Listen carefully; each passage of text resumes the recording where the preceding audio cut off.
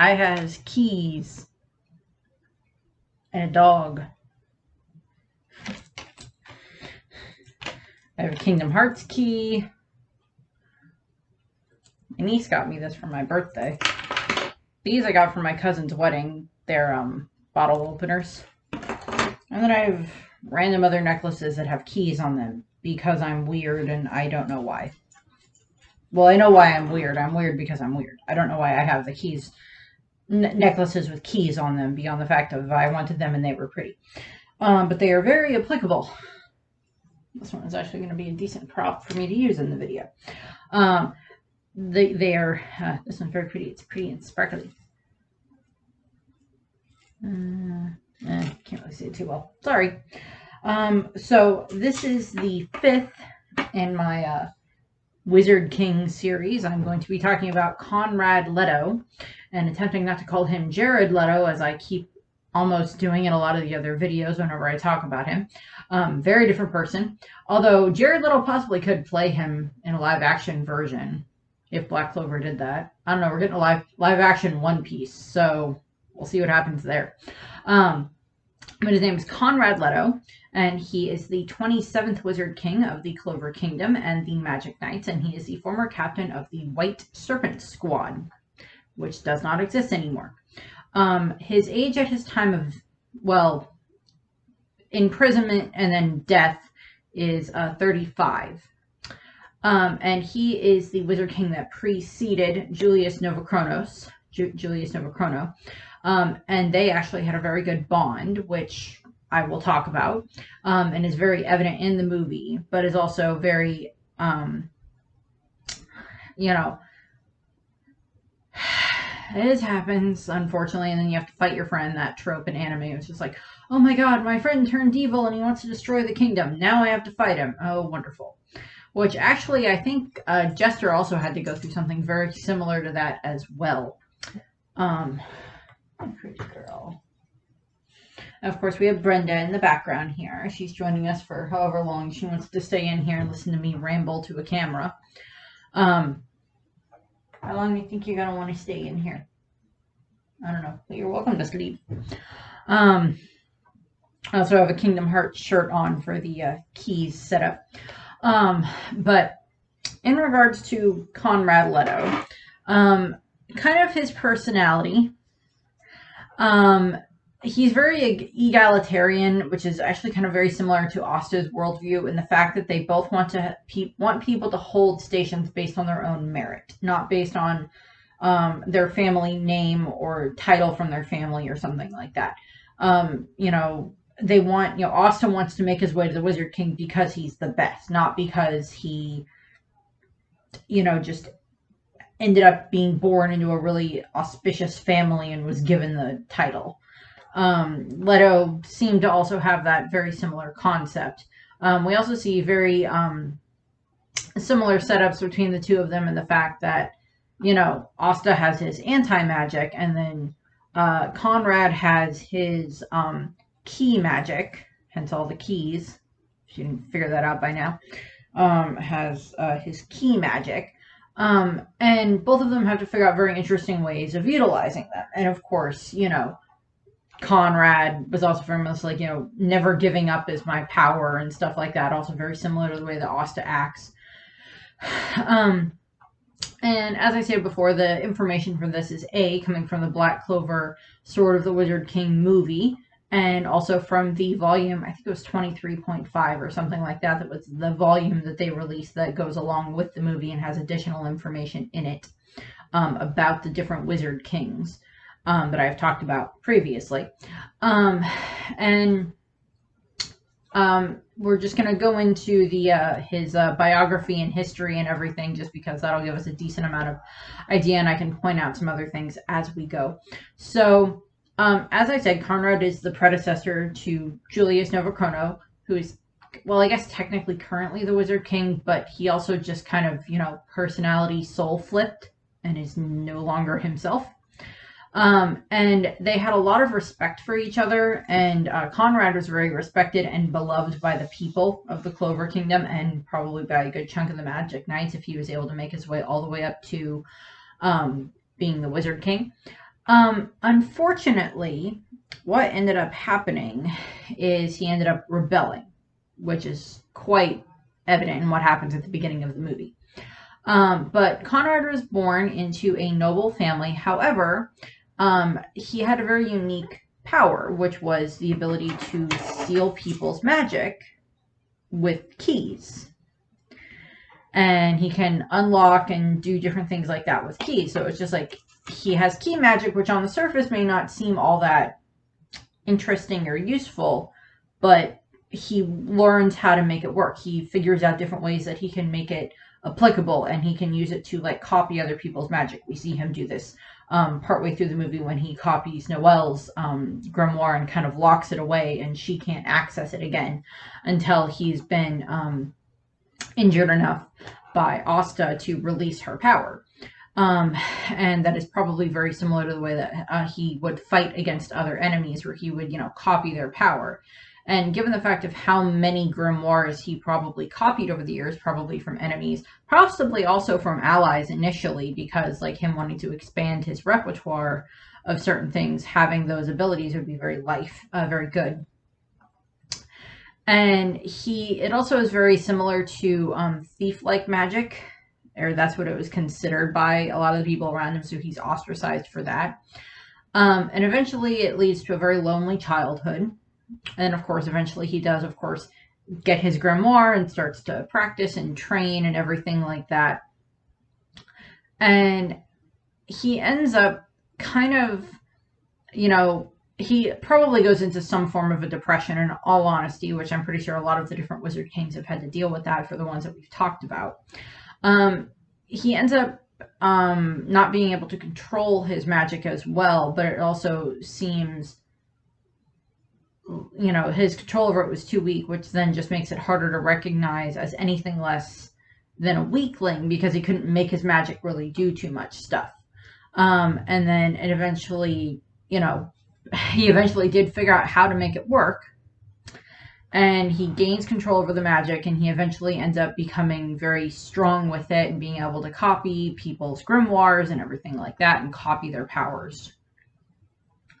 And he becomes feared for this as a potential threat, rightfully so, but if he hasn't shown that he's actually going to start causing harm with it, then there's technically, you can't really do anything about it. But what ends up happening is he ends up eventually becoming a magic knight, where he eventually meets Julius, and they become very good friends. We see this in flashbacks throughout the course of the movie. We see them, sitting on top of the giant demon's skull and talking and everything like that. And, Julius, not consoling him, but, trying to, pep talk him and stuff like that. We see that throughout the course of some of the flashbacks in the movie between the two of them. Puppy stretch. Good girl. And what also ended up happening is Conrad ended up falling in love with a woman from the Forsaken Realm, Lovalia. I think I got her name right. Unfortunately, they do end up getting married, I believe, but probably against the wishes of his family, because, as I said, he's from a somewhat noble family, and they probably don't particularly like the idea of him falling in love with someone from the Forsaken Realm. But eventually Conrad is able to, from having both Julius and Lovalia around, he is able to gain much more confidence in himself and much more confidence in his power and become much more trusted with it. And he begins to eventually, climb the ranks of the Magic Knights, where he eventually becomes the captain of the White Serpent Squad, Magic Knight Division. And Lovalia ends up becoming his vice captain, and then later his wife. So we get that set up there. Also, throughout the course of the movie, he wears a locket that has her picture in it, but that's not revealed until like the end of the movie. But he has a locket that has her picture in it. And eventually what ends up happening is he is made the Wizard King. He's made the 27th Wizard King.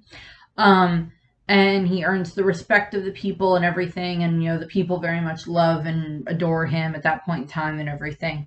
I assume that throughout the course of the Clover Kingdom's history, there's probably been some Wizard Kings that have made their way there through fear and through underhanded tactics. most of the ones that I've talked about in the videos don't seem to have done that. They don't seem to have like weaseled their way into this and not actually earned it. Not actually proved that they are capable of holding this position as Wizard King. Conrad proves that he can hold the position. And what ends up happening is, you know, and this also would have been, since this, you know, it's just literally right before Julius becomes Wizard King. Again, we don't have the exact amount of time that he is, that Leto, or that Conrad is the Wizard King. We don't have that exact amount of time listed. But he ends up being the Wizard King probably for a little while. And what ends up happening is, at one point in time while he's off on a mission, well, I don't know if it's ever explained, but I don't know if it's like his former squad ended up just like becoming a new squad of its own with like maybe his wife as like the leader of it, or if it was like they all just became parts of like working under his department as like Wizard King. I don't know if we ever get that answer. Don't know. We know that some of like the Azure Deer that were, you know, or whatever deer it was at the time, but when Julius was in charge, that they eventually ended up going into other squads or becoming captains of different squads in regards to, you know, Yami and, you know, Vengeance and such. But we don't really get that exact answer here. But what ends up happening is Conrad ends up, you know, his men and his wife get sent off on a mission. And, you know, it did not go well. And I believe this resulted in the deaths of his wife as well as a lot of his comrades from his squad. And he is just devastated by this, just so overly devastated, and rightfully so.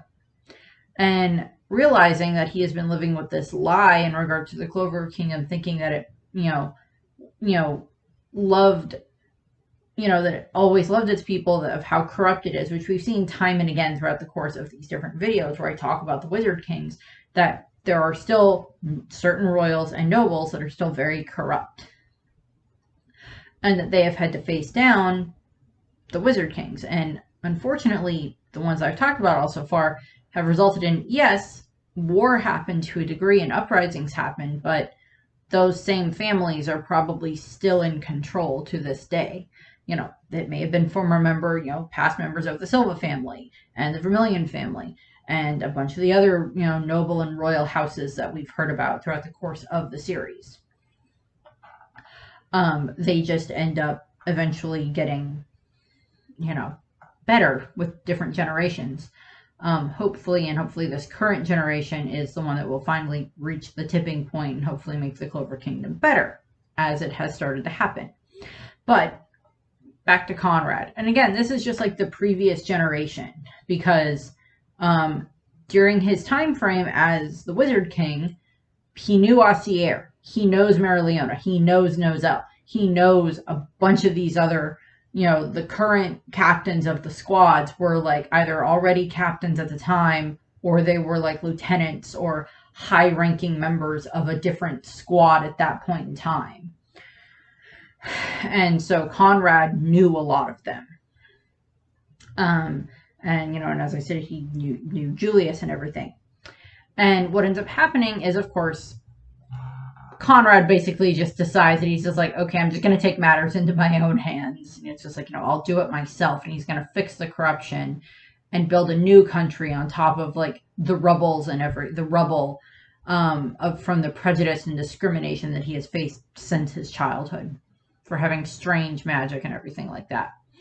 And what he ends up doing is he ends up going through and gathering up, he's got all of these grimoires in his repertoire at this point in time, which means he has access to so many different types of magic that he is able to just find his way to where Astokia, the Wizard King's sword, make his way to like the vault where that is, which I'm assuming each Wizard King has had access to that in the past, considering that, as is stated in the film, parts of their personality or parts of their soul are in it. As I stated, it's like a multi-personality Horcrux for the Harry Potter fans.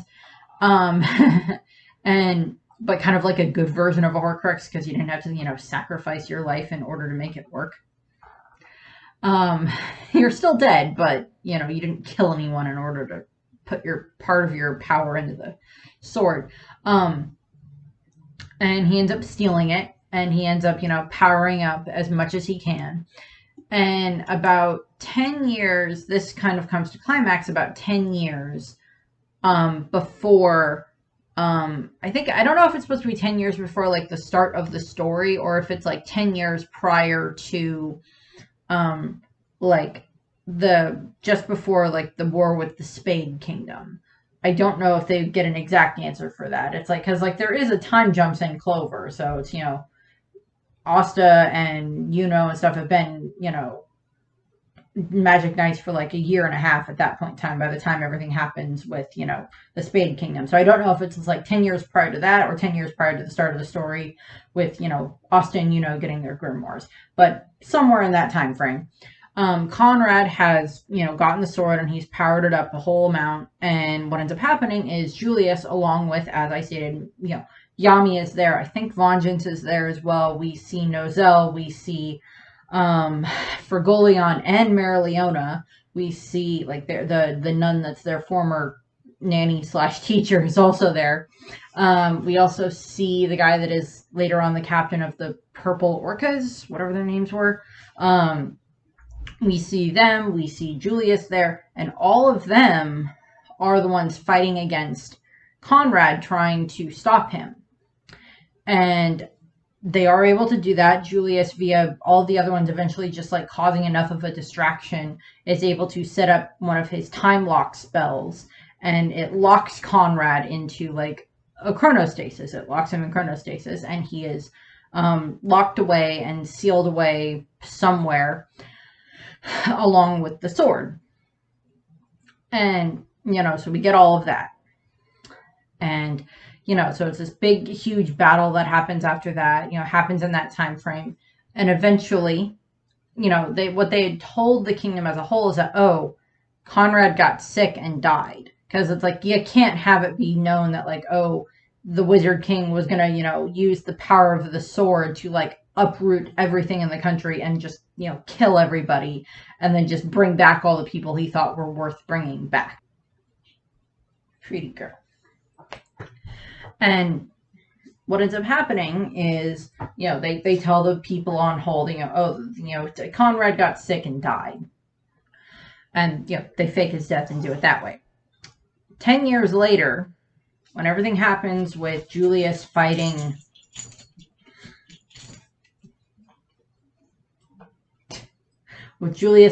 Patri, and Julius gets stabbed and technically killed by Patri, that is enough to weaken the power that has been holding Conrad in check. Hi. Silly girl. Yeah, high five from the puppy.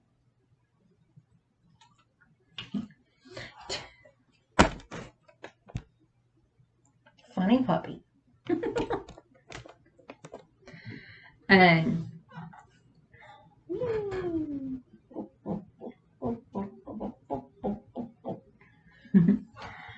and what ends up happening is this is enough to weaken the control that Julius has over the chronostasis that Conrad was put in. And he's been in that chronostasis for about 10 years.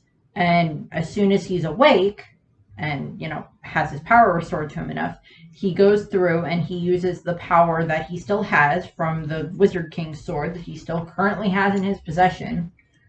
And he uses that power to then basically resurrect, which is what he does. He resurrects Princia Funny Bunny, Jester Gradiados, and Edward Avalanche, the three previous Wizard Kings that I have talked about from the movie.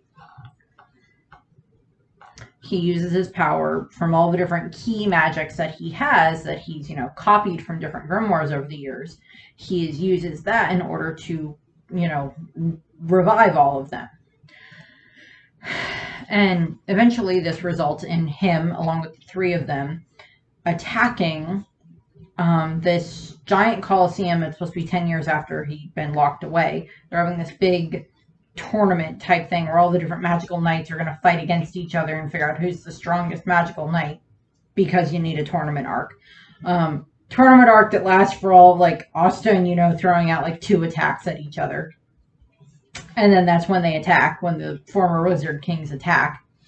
They show up. They, Gesture traps the entire thing within a giant barrier magic. And then, you know, Conrad goes and attacks Julius, recognizing him immediately, and explains to him, oh yeah, it's because you got stabbed. That's why I'm free now. And it's like, okay, it's a decent explanation that applies. Pet the puppy. And what ends up happening is, you know, this results in, you know, battles start happening with, you know, Asta and, you know, Noelle and the other magical knights versus, you know, the Wizard Kings and all of their power and everything. And Conrad, again, is basically like, okay, I joined forces with them in order to make my dream a reality. And I'm going to rebuild the entire Clover Kingdom from scratch after we destroy it. Like, literally pull it up from its roots in the continent and destroy the entire thing and do it that way. I don't remember specifically in the movie if we get an example of, or whether or not it also would apply to, like, the Spade, Heart, and Diamond Kingdoms that are around Clover Kingdom. I don't know if it would also, like, extend to that. Like, raise them to the ground as well. I don't know. But at least the Clover Kingdom itself. And what ends up happening is Conrad, you know, he sends out the other 3 and they start, you know, gathering up power, gathering all the citizens together and, like, drawing power from them, using the sword to then power themselves. And to then, you know, build up the power in order to protect and move the giant flying sky fortress that he turned the entire stadium into, which is already awesome. I will give him that. What happened to you? I had a giant flying fortress, and now it has barriers all around it. And the guy that made it can also use lasers, so I'm in business. Yes, you are. So we have that. And what ends up happening is, you know, Asta, Noelle, and Fenrir have gone off to try to find out what's going on with, you know, oh, can we get something to, like, stop the sword? And Conrad shows up at the research facility where he just destroys the thing that they were going to use to try to stop the sword. So that thing was useless. It was basically used as a stopgap to basically explain what the hell was going on. And it was a MacGuffin. It's like, nope, it didn't get used. It's fine. It got destroyed. It's not a problem. This results in him getting attacked, Conrad getting attacked by Secker and, the girl from I want to say Molly, but I don't think that's correct. It's the girl from the, Eye of the Midnight Sun. Sally. Sally is her name. Eye of the Midnight Sun. Sally, like, her and Secker, along with another researcher, I think, try to work together to try to, like, stop Conrad, and that doesn't work, because Secker tries to, like, seal him away, and that doesn't work. And then he ends up, Noelle attacks him. Noelle attacks Conrad, and he recognizes her as Nozelle's younger sister and as Ossier's daughter. So he's like, oh, you're the one that, Ossier died bringing into the world, or you're the reason Ossier is dead. Some variation of that. And this makes Noelle very angry. Also, I think he states that, like, oh, I've captured your brother as well, or he shows her an image of, like, her brother being captured, which Noelle and Nozelle have kind of started to fix their relationship at this point in time. So there's that. But what Conrad does is he ends up pinning Noelle to, like, the wall with his power, and then he summons up a key and summons up her grimoire that she had out, and then he, like, locks the power from the grimoire and copies it for him to use. And then he's able to use her, you know, sea dragon's roar and everything, and then this is where he gets into a battle with Asta. And actually, I think he offers Asta the chance to join him because he like he sees Asta as a very interesting type of magic. Also, earlier on when he was interacting with Julius, Marx showed up and tried to stop him, which did not work. And he just kind of like read Marx's magic or something and then copied it as well. So I think Marx's magic got copied as well in that time frame. So that's how he knew about the research facility. So he's like, he's able to do that and everything. He like layers the magics on top of each other. And then Conrad ends up fighting against Asta. And we get a pretty good, power duel there to kind of Asta get beaten down as well. And then arrives. And this results in, showing up is able to cause enough damage to like, stopgap measure to like kind of, stop Conrad for a little while, and like some other stuff happens and they're able to just like, stop him for a little bit. And then Asta, along with, and Fenrir and Noel and a couple of the others that were there, and Secker are able to escape. And, they go off to, hidey hole area for the Golden Dawn, and along with a bunch of the other ones that managed to escape or that were not there to begin with, at the initial, tournament and everything where everybody was attacked, they're all there getting, first aid and healing and everything like that. So that's what's going on there. And, Julius is then, Conrad goes back to where the other three Wizard Kings are and where they have Julius along with, Nozel, Fergolion, and Yami, I believe, are all there, and they're all captured. And they're having their magic drained specifically because they're, 4 very powerful magic knight captains. And Julius, even with his little bit of magic he still has left, is still pretty powerful. Also, Conrad wants to gloat by having it be that Julius will witness what will happen to the Clover Kingdom. So we have all of that instead of the giant floating stadium. And Jester has been figuring out where like all the monolines line up, which is, of course, underneath the giant skull from the demon, because where the hell else would they be? And they're, heading that way so that way Conrad can do that and then the others can, give him backup as necessary. This is, of course, where we're reaching the climax of the movie, where, of course, Asta and the rest of the Black Bulls, along with a bunch of other members from the other, and other magic knights and stuff like that, show up, and they start fighting against the other Wizard Kings. Noel and the Black Bulls are over here fighting Edward. For Marileona is over here fighting Princia, and along with eventual help from Yami, Fergolion and Nozel is fighting against Jester and stuff after he frees them along with Julius. So we see all that, and then Asta is, of course, the one that goes off and ends up fighting against Conrad.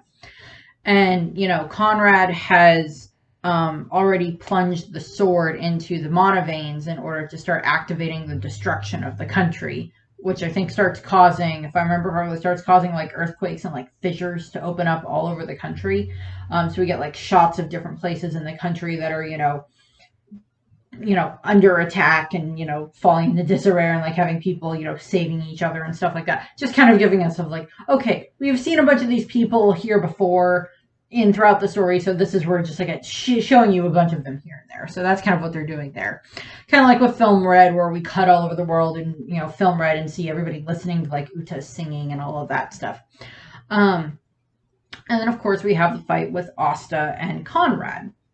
And this is, of course, Asta using as much of his power as he has at this point in time.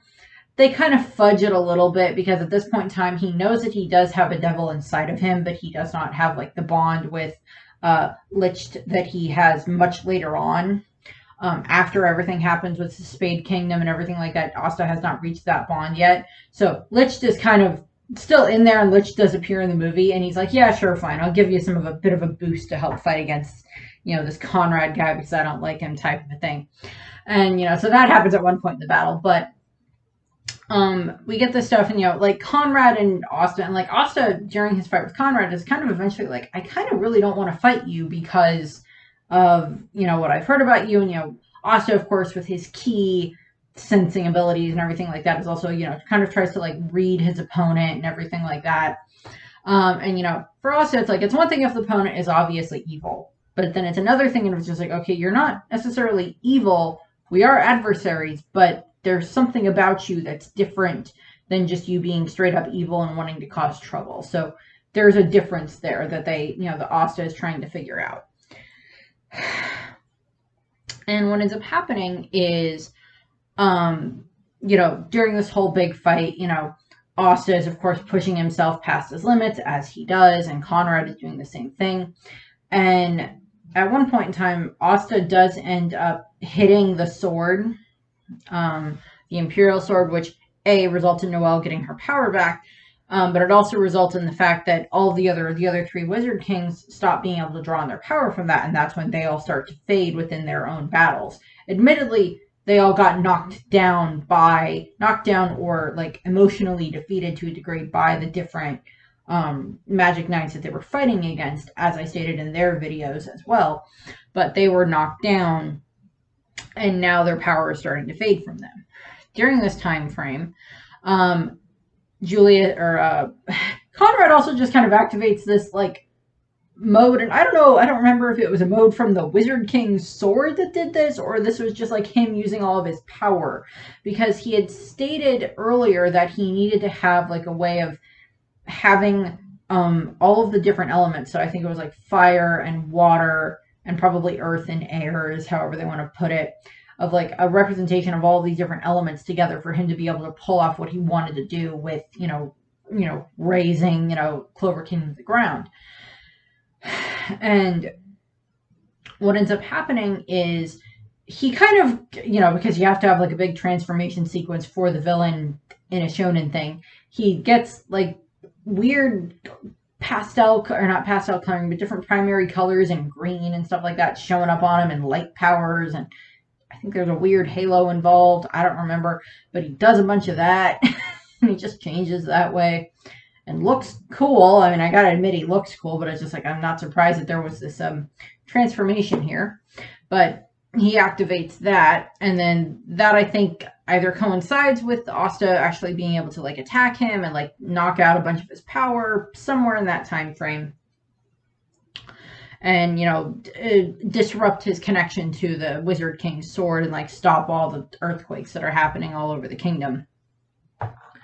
And what ends up happening from there is he basically pulls like okay, fine, if I can't do this, then I'm just going to blow everything up anyway. And he does what is a forbidden spell that basically summons a meteor.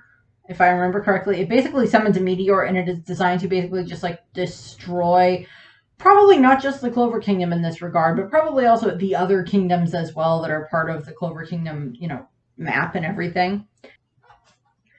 And, what ends up happening is, he summons the meteor, and Asta, Julius has shown up at this point in time. I think he's brought there by Yami or someone else, I don't remember, but he shows up and he has the Imperial sword with him, and he gives it to Asta.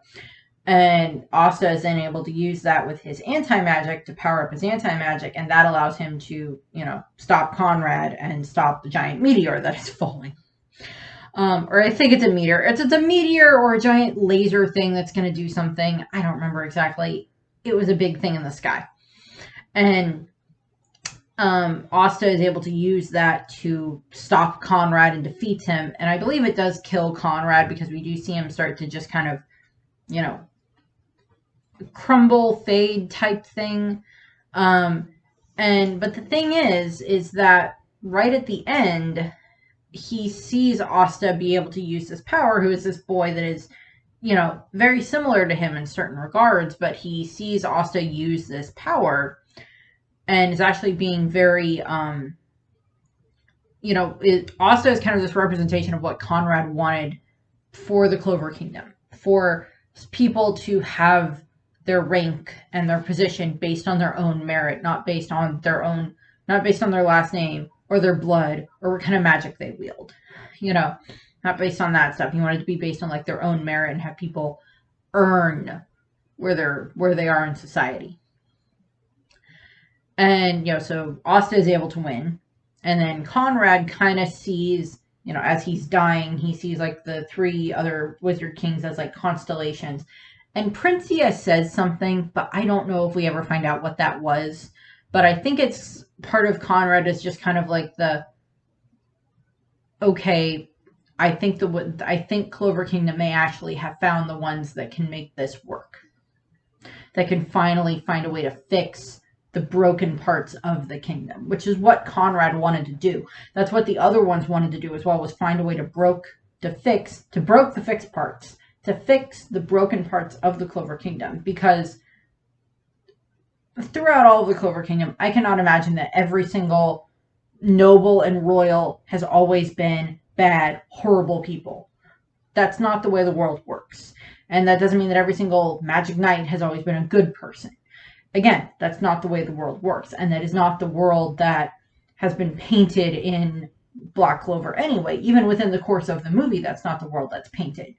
It is, they have their reasons and they've been pushed to do these extreme things to try to fix things. But then they also have other ones that are the main characters and the ones that we are more familiar with coming in and trying to fix things and trying to show them this better way of doing it. We see the same thing happens with Noelle and Edward during their fight, and how she is this royal working alongside these other lower nobles, but also those that are from the, common and forsaken realms, and working alongside them without any form of, her trying to be high and mighty against them in their battle.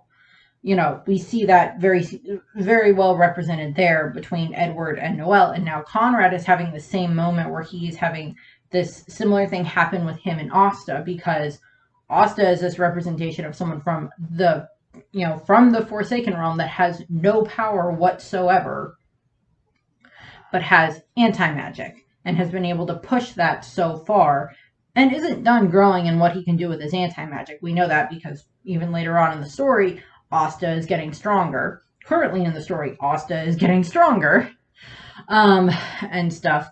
But what we end up seeing is Conrad is able to finally get this moment where, at one point in the battle, near the end of the battle, like I think one of the times when Asta is doing one of his final attacks against him, the locket that Conrad has been wearing gets knocked off and it like opens up, and we see his wife there, and it's him, seeing that there is a similarity between him and his wife and, their struggles, and similar to like what Asta and the Black Bulls are going through, and that they are still surpassing their limits, and they're going to surpass the limits of what the Clover Kingdom has placed on them.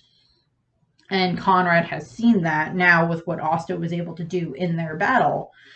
And he's kind of just, Conrad accepts his fate, but he's also like, okay, maybe the world will be better now. Maybe the future is a lot more hopeful now, and that will be a good thing. So we get that there, and that's just kind of what we get for the end of Conrad. In regards to his magic, as I said, he has key magic. Hence all the keys. He has key magic, which allows him to create keys and is able to open and close magical rifts.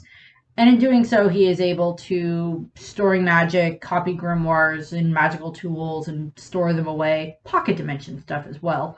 That he's able to do with that and open different doors and space and rifts and things like that. And of course, he's very able to use that. Throughout the course, we see him use several different types of magic, locking away magic and copying them and different things like that. And of course, he has immense magical power, and he's a master swordsman.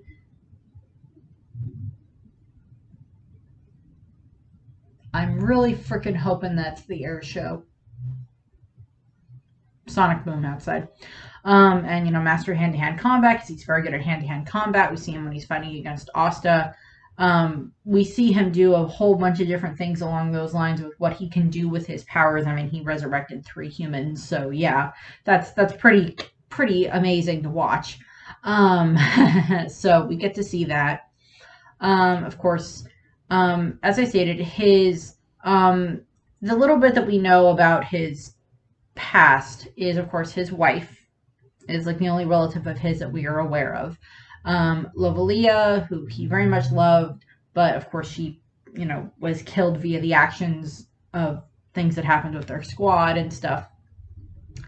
And her little biography that we get is that she was originally from the Forsaken Realm, before eventually meeting Conrad and eventually later marrying him, and of course becoming a magic knight and becoming the vice captain of the White Serpent, which is a very high honor to be able to get to as well. Unfortunately, her and the rest of the White Serpents were killed in an ambush by the Royalists. And her death is what is the catalyst for Conrad's breaking point, which, again, there are villains in anime that have gone evil for far less than the fact that their wife and their whole squad that they built up of people that they cared about got killed. So there's villains that have gone far worse for far less. There's also villains that have gone far worse for far more, and also heroes that have been through the same thing and did not go bad in the process. So it all just depends on what the author wants to do in that regard. But so we see a lot of that with those characters, that representation there. I believe that was everything I wanted to talk about for Conrad. For Julius, side note here for Julius, I'm debating about waiting until after we find out 100% whether or not Julius is like 100% actually like dead and not coming back. Like he can't come back because like Lucius just 100% got rid of him from like, you know, from inside of himself, or if Julius is going to have the chance to come back. And I don't know. And I'm waiting to see if I should wait and do the video after that happens or do it before and then do a separate video about that once we get that answer. I'm leaning toward talking about Julius first and then having a separate video once all of that is revealed, depending on, you know, what happens. So we'll see what happens with that. Also, I'm debating on if I want to just do a video about like the Clover King himself, about the current guy that is the king, because he's very entertaining and it's a very hilarious just watching him make a fool of himself. And I kind of just want to do a video about him for the heck of it. And it would kind of go along with the Wizard Kings because it is about a king within the Clover Kingdom. I also kind of want to do a video about the Witch Queen from the Forest of Witches and Lola Pechka from the Heart Kingdom. So I haven't made that full decision yet, but they might get thrown in here as other royalty that we have interacted with in Black Clover as like, you know, kind of a counterpoint to stuff that I'm talking about for the One Piece royalty. So that's what I have there. I thank you very much for watching, and I hope you have a nice rest of your day. And Brenda, baby girl, do you want to say goodbye? Okay, no. Bye.